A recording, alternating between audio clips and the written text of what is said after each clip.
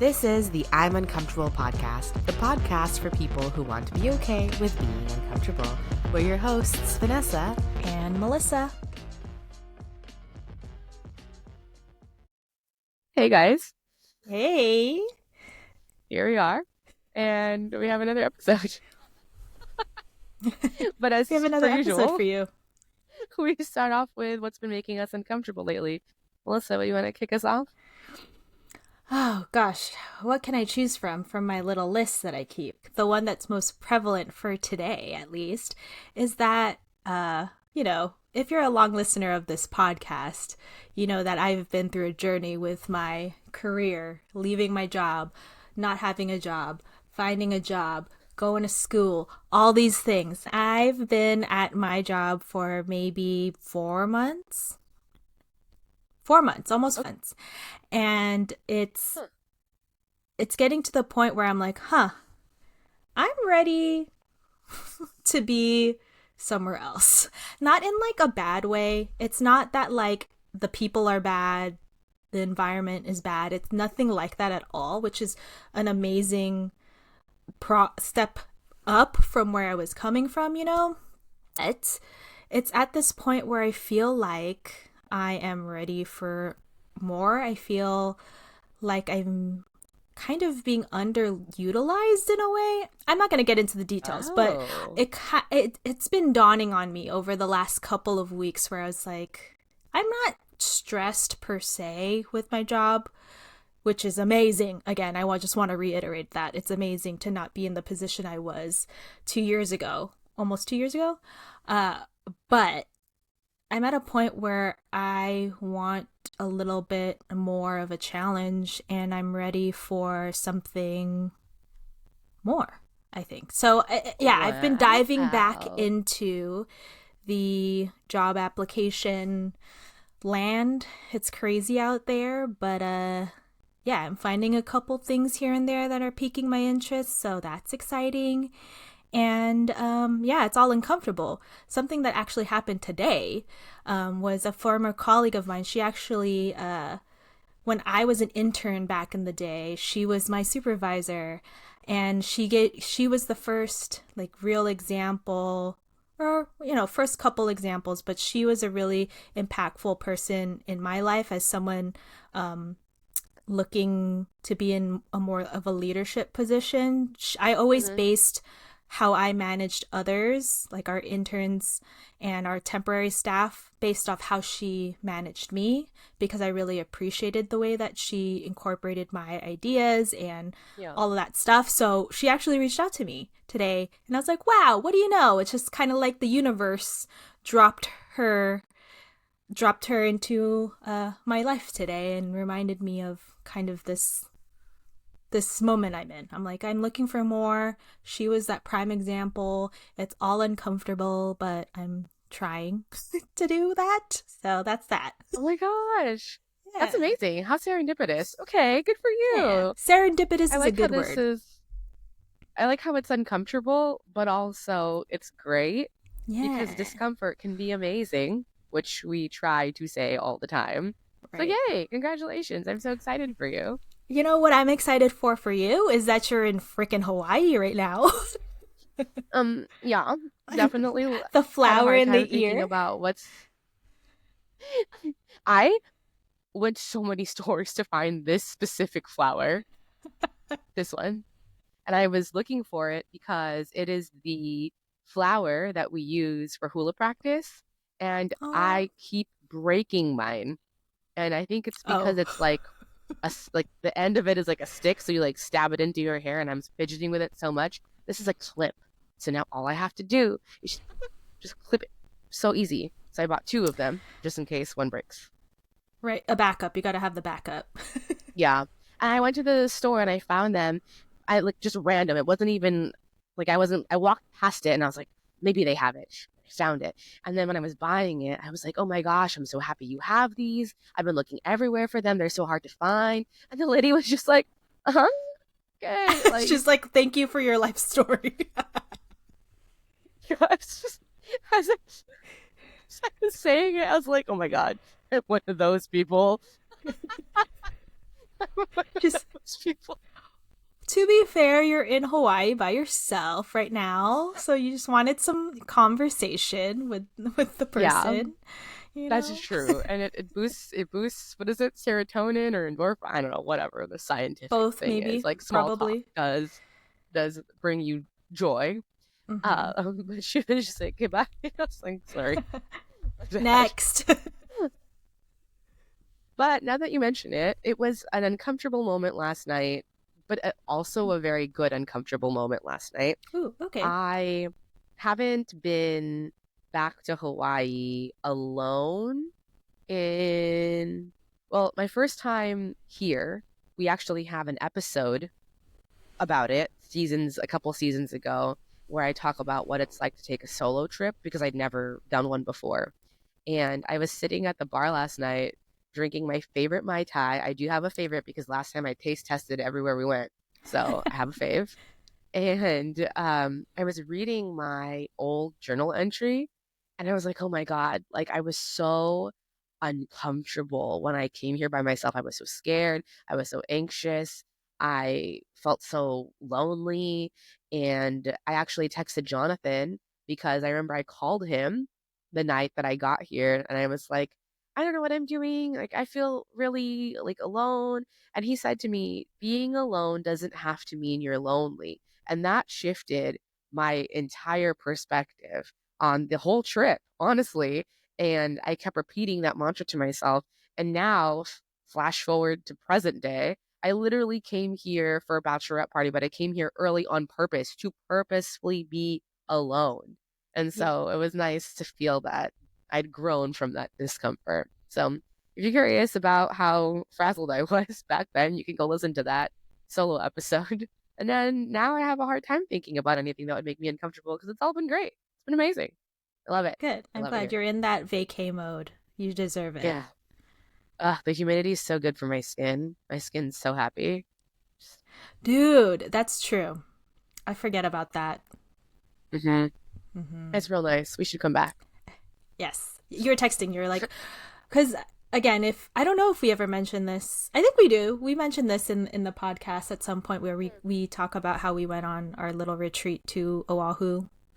But yeah, good times. Was that 2 years ago? Times. Oh my God, I think it might have been. Yeah. Yeah, two, Well, three I years kicked ago, this I think. morning off with a phone call. I had a therapy session this morning, first thing in the morning, got my steppies in. And it was nice talking to her because today's episode topic actually came up once again. And today we're talking about the idea of, I know we've all heard like, Typically, in a breakup situation, is where this is typically said. It's not you, it's me. You know. right, right, Hmm. when you're breaking up with someone. Thank you. I was like, wait, what is the situation? Yeah. People are Yeah. like, it's not you, it's me. And in this case, it's true. It isn't you. It is them, actually. So that's what we're talking about Yeah. today. And this episode, I feel like this theme has come up for me a lot. I think probably for a lot of people, but you just don't realize it. And I'm going to be vulnerable with our guests, and I wasn't going to share this story, but I feel like it's important to share the story. Um, I had a kind of falling out with really close friends, and we've talked on this podcast before about losing friends, making friends, reconnecting, repairing, all those things, right? And this past New Year's, I got a text message from one of the friends, and it Hmm. was very, I don't know, it was interesting. It was like, hi, Happy New Year. I miss you. It's like so good to see you doing so well, blah, blah, blah. And I didn't reply until the morning because I wanted to make sure that I was sober. And I replied to saying, like, like, I hope you have a great New Year too. And I think past Vanessa would have been really pissed. Like, I feel like past Vanessa would have been really mad and been like, how dare you text me out of nowhere? I haven't heard from you in like a year and a half, 2 years. And all of a sudden now you're saying you miss me. Like, that's false. You definitely don't miss me because if you miss me, you try to hang out with me or at least talk to me other than some like probably drunken New Year's text. And Hmm. I didn't feel any of that. I know that that's what old me would have felt. But I think I've been talking to my therapist for long enough now, and we've gone over this theme of like when people treat you a certain way, it doesn't usually have anything to do with you, but it has more to do about what they're going through. And so that doesn't, okay, but don't get it twisted. I don't want people to think like don't self-reflect on your own actions and always just blame other people. Like that's not what I'm saying. What I'm saying is people will react a certain way or do a certain something based on whatever they're feeling or what's going on in their life at the moment. I don't know if you've experienced this before with like relationships or friendships, family. Definitely family, probably. Probably family. I want to take some time to think about like a familial situation, but as you were talking and sharing about this particular story, it kind of reminded me about like a toxic one of the toxic relationships that I was in, which we've kind of talked about in the past, but I think in particular, um, the feelings that I would have loved to hear what Jillian has been saying to you and teaching you over this time of sometimes it really is not you, it's them, because there were a lot of times in that relationship where I was made to feel dumb, with the way that responses were being told to me, or reactions that were coming from our conversation, in the way that I had to like tiptoe through conversations with him because I just didn't know how he was going to react. And I would have loved to hear those words so much sooner, or come to that realization so much sooner, because a lot of that time I was blaming and questioning myself of what was I doing Yep. wrong. Yes. And to this day, I think I'm still grappling with, and not necessarily struggling with, but continuing to be aware of when those kinds of questions come up in my head. And we had an episode about, am I being too much? And I think that kind of stems from that, a similar feeling, because it's constantly questioning if it is you that is affecting what is happening. And again, not to deflect and blame other people for your actions or what you say or how you're feeling, but I think it is worth questioning the flip side of, oh, maybe they're acting this way not because they're mad at you, but maybe they're frustrated with themselves in some sort of way, And I think it gives opportunity to also build empathy as well, because, yeah, they could be having a shit day, and not that it justifies what they have said to you or what they did to you or whatever it is, but at least you can have that step detachment back from it, that it ain't that deep. It's not that deep sometimes. It ain't about you. Yeah. But yeah, that's the first example that came to mind. Okay, so I am glad that you brought up that or this feeling in the context of toxic relationships specifically, because that is what I talked to Jillian about today. And I was telling her that I was embarrassed. Like the more time and space that I've had from that relationship, the more I look back and the more embarrassed I am. And she's like, why? And I was like, because it was so bad. And I logically knew that it was bad. And yet I could not, for the life of me, take it upon myself to leave. And then she asked an interesting question, kind of joking. She kind of laughed when she asked it, but like not because she wasn't serious, because she knew the answer. And she was like, why? Like, why was it so bad? Like, did he beat you? Like, did he hit you? And I was like, LOL, I know you know he didn't. And no, but the reason why we kind of laughed about it was because I was like, you know what? I guess, yeah, like it wasn't like technically really bad. It was just bad for me. And then when I think about the ways that I was treated and that I like allowed myself to bend over self backwards to try to accommodate this person, I was like, okay, but that wasn't about them either. Like me bending over backwards to make sure, kind of like what you were saying, like make sure that they're okay so we can have a good day, blah, blah, blah. Like that was more about my own fears and my own insecurities. Because then she turned it on me And she was like, well, like, why though? Like, why couldn't you leave? And I was like, hey, Jillian, once again, it's not even about him. It's about me. And I was like, well, I didn't want to be wrong. And she was like, what do you mean wrong? And I was like, well, because I quote unquote chose to be in, and not quote, I did. I chose to be in this relationship. And I didn't want to be wrong about like, and I'd admit that I had made, I guess, a bad choice.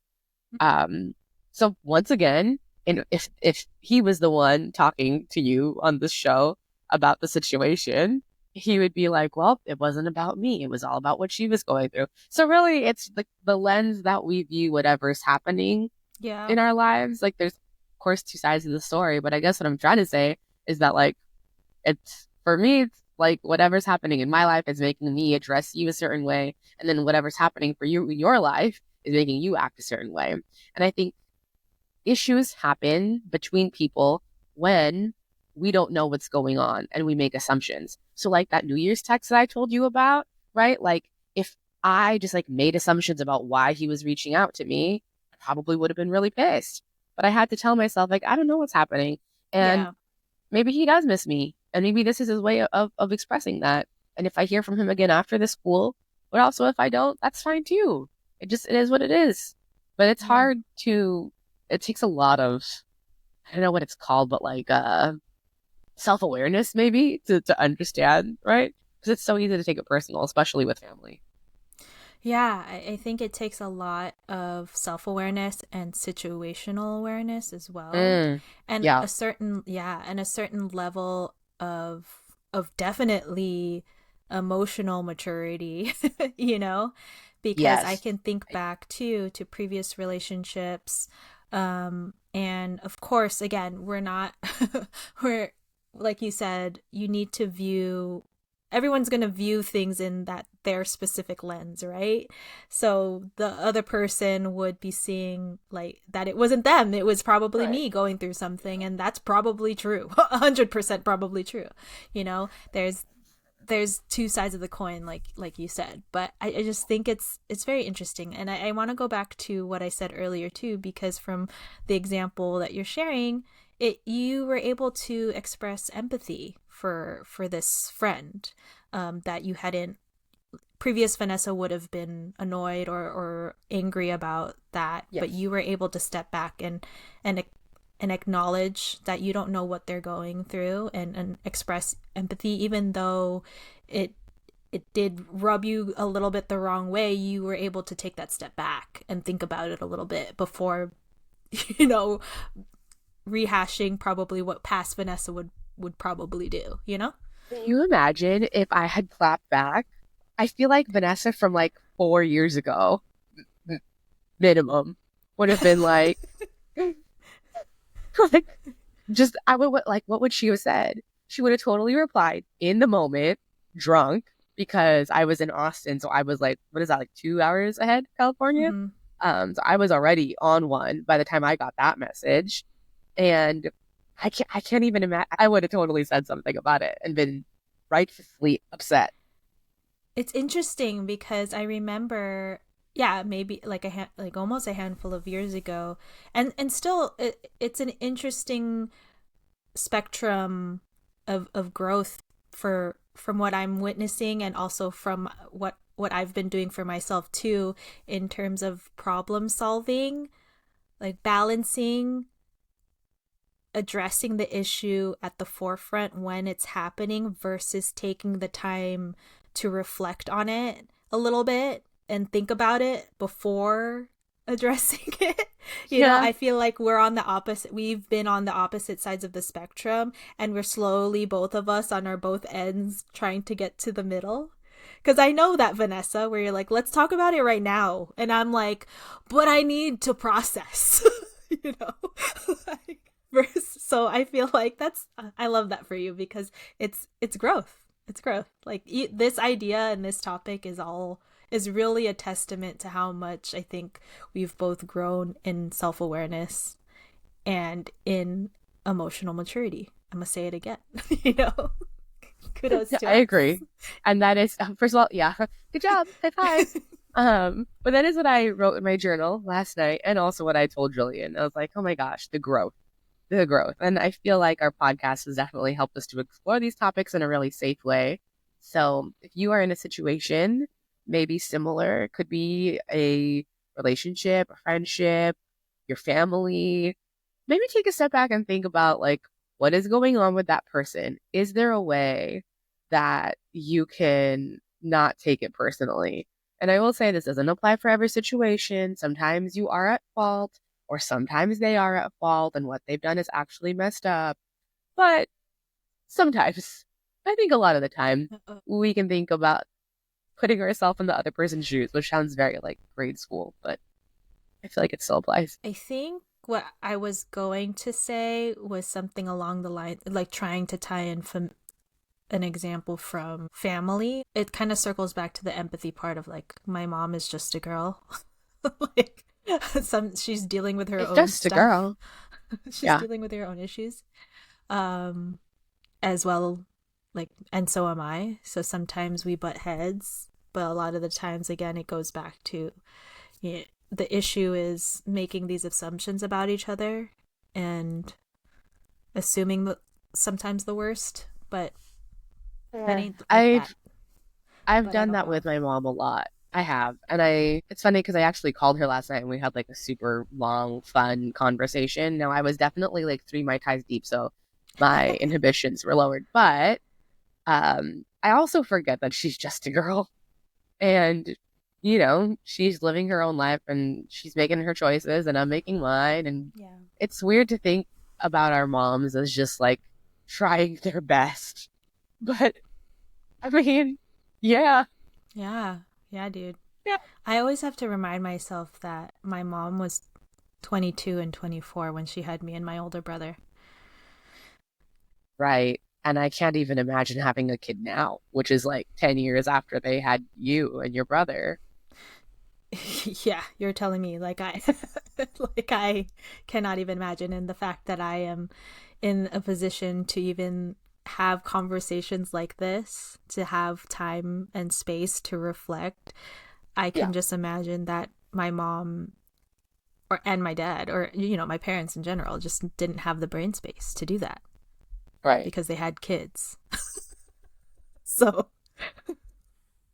they had to think about those things. I mean, yeah, I don't think my mom also, I mean, she had me at 40, but she was living a life. Like, her life was crazy. And yeah, I don't think reflecting was necessarily on her agenda a lot of the time. So, makes sense. Yeah. Yeah. It's very millennial of us to be like, wow, therapy. And like breaking generational curses. Not curses! Johnny, I thought you were going to say cycle, pattern, whatever. No, you said curses. Literally curses. The curse ends here. The curse ends here. I'm calling it out. Okay. So we always talk about how to be more okay with the topic at hand. And in this case, I think it's interesting because it's like, how do you be okay with knowing that it's not you and it's them? First of all, I think it's reminding yourself that, and you have to coach yourself. You have to train yourself. It took me years with Jillian of her pointing out that it was not anything to do with me and more to do with them. And they're reacting to me and and when I say it has nothing to do with me, I don't mean I'm blameless. Again, I don't mean that I haven't done something or said something, but the way that people react to you is through whatever lens or thing that they've got going on, whether they're able to tell you that or not.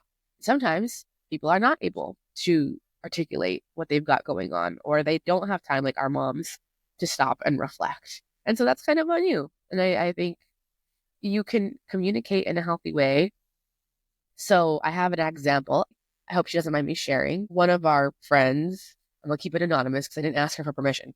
So she has a beautiful family and she has 2 sisters, and one of the sisters has kids and was doing that thing where they make plans and they don't tell you what the plan is. So you kind of show up thinking XYZ is going to happen only to find out that it's not. And then the feeling is like, I've wasted my time, trying to come out here or do whatever the thing is. And so she was able to tell her sister in a calm way, like, hey, I really don't like it when you just make up these plans or change the plan on me and don't communicate that to me, because then, I really put in time and effort to be here for you and be there for you and the kids. And when you change plans, it doesn't make that possible for me. So if that is something similar to what you might be going through if you're listening, then I think that she did a lovely and great thing by being able to non-confrontationally, so like not in the heat of the moment, she waited, right, when it was calmer, and just to say, like, this is the action and this is the way that it is affecting me. And could you not? Could you not? Could you not? She's not. No, I like it being broken down in that way, because I think, and again, we're bringing a variety of examples, whether it was in romantic relationships or friendships, or familial relationships. But I think it's really good to have the opportunity to give yourself the opportunity to break it down in that way, because a lot of the moments, if we boil it down to like toddler level, they get so like you feel the emotion, right? Like you feel that you're bothered by it, you're annoyed by something, you're frustrated, you're confused. And then in that moment, at least for me, as someone who needs to process, that's part of that processing time, is identifying what exactly triggered me in whatever way it was, and why did it trigger me, and then how can I formulate a way for me to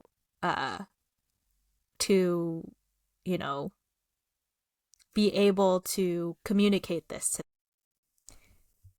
So to wrap up this episode, if you're wondering where Vanessa went, Hawaii took her. Her hotel Wi-Fi failed her, but I will wrap this up for the team and just say that if this relates to you, this topic, or if this is even a new concept for you to even think about, let us know. DM us your stories of times when you felt like this, and times where you've realized that maybe it isn't you, that maybe it's them. Let us know in the comments, in the DMs. All right, we will see you next week. Bye, guys. Want more of the I'm Uncomfortable podcast? Follow us on Instagram and TikTok at imuncomfortable.podcast. Subscribe to our YouTube channel and join our Facebook group, the I'm Uncomfortable Club, to gain early access to our episodes and exclusive content. We're available wherever you get your podcasts. Thanks for listening.